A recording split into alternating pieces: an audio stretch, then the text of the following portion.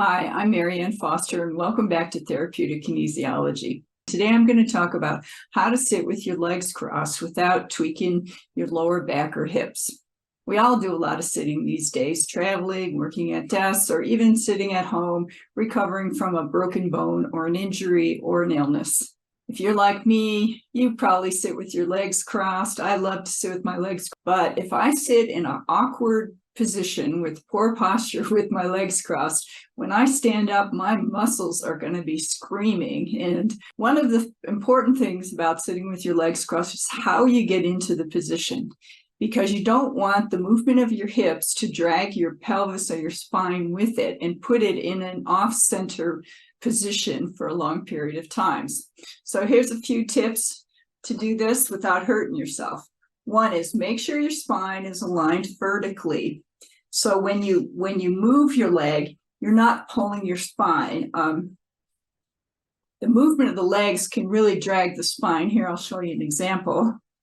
Have to think about this because it's an example of a bad habit, which I really don't like doing. So watch carefully because I'm only going to do it once. Let's see.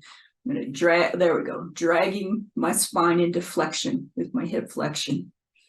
Okay, now if I sit like this for a period of time, I'll probably have a hitch in my get along when I stand up. The other thing that's really important is to make sure when you get in the position that your body is really square so that you're moving your legs independent of your trunk and you're not dragging your spine or your trunk with it. So try this exercise. Just sit and raise one leg so you can see, you can look at yourself in a mirror and see, are your legs moving independent of your spine? Can you keep your spine in an upright position while you march in a seated position? Okay, then the next thing to do is lift one hip up. So you feel what it feels like to have your weight on one side. Lift the other hip up, feel what it feels like to have the weight on that side. Rock the pelvis a little bit so you feel what it's like to have the weight behind midline, right in center, and in front of midline. And then find that midline where you're sitting evenly on both hips.